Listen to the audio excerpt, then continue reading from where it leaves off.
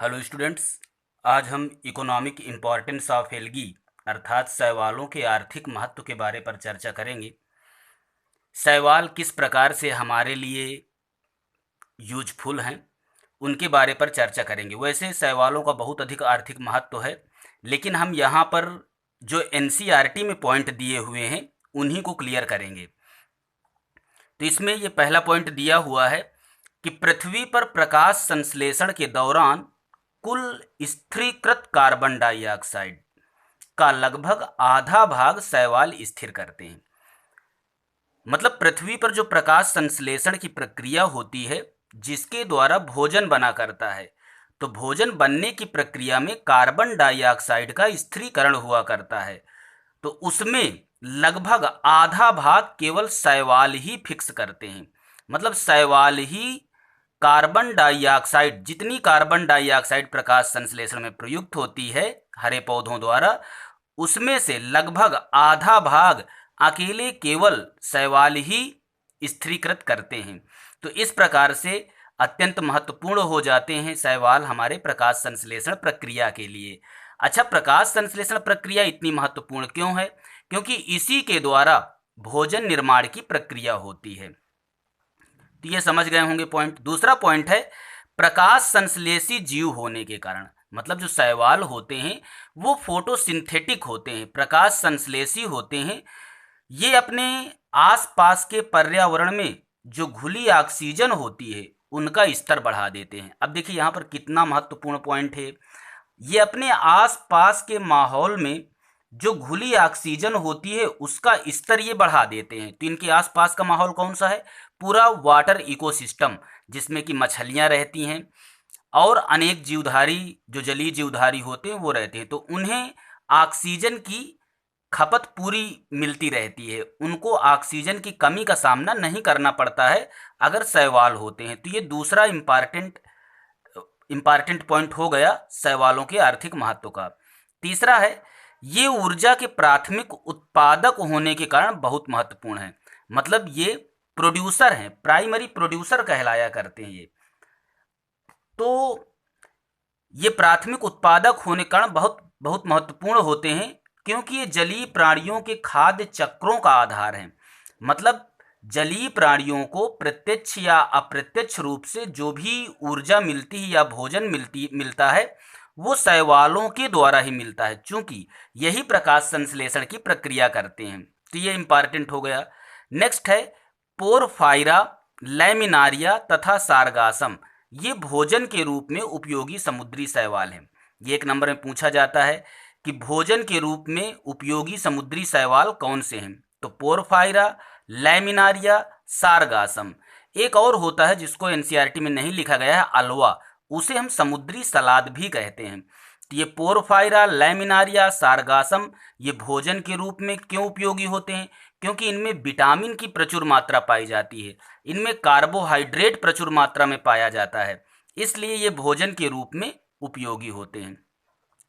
ये important point है कैरागीन। ये कैरागीन नाम का एक पदार्थ है जो लाल शैवाल से प्राप्त होता है। अब एनसीईआरटी में नाम नहीं लिखा किस लाल शैवाल से, हम आपको बता दें कांड्रस नामक लाल शैवाल से ये कैरागीन प्राप्त होता है। कैरागीन किससे? कांड्रस नामक लाल शैवाल से। इसका व्यावसायिक उपयोग होता है। व्यावसायिक उपयोग कहाँ पर? कॉस्मेटिक में, बूट पॉलिश बनाने पर और शैम्पू बनाने पर इसका यूज होता है। नेक्स्ट है अगर अगर। ये बहुत इंपॉर्टेंट पदार्थ है अगर अगर। जो शैवाल अगर अगर को उत्पन्न करते हैं, अगर अगर पदार्थ को, उन्हें अगैरोफाइट्स कहते हैं। तो अगर अगर उत्पन्न करने वाले शैवाल अगैरोफाइट्स कहलाएंगे। ये कौन कौन से हैं? जेलिडियम और ग्रेसिलारिया। ये दोनों रेड एल्गी हैं, लाल शैवाल हैं।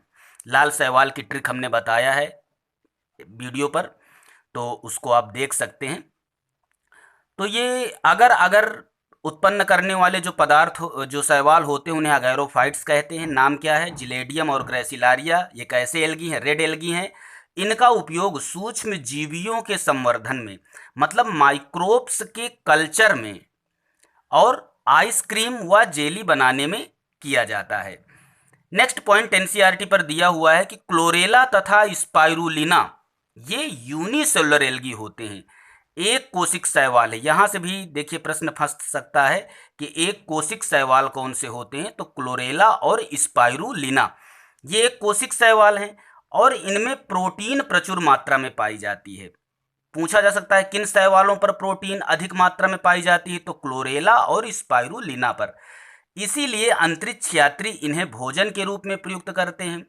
पूछा जाएगा कि अंतरिक्ष यात्री भोजन के रूप में किन शैवालों का प्रयोग करते हैं, क्लोरेला और स्पाइरुलिना का। क्यों? क्योंकि इनमें प्रोटीन ज़्यादा मात्रा में है।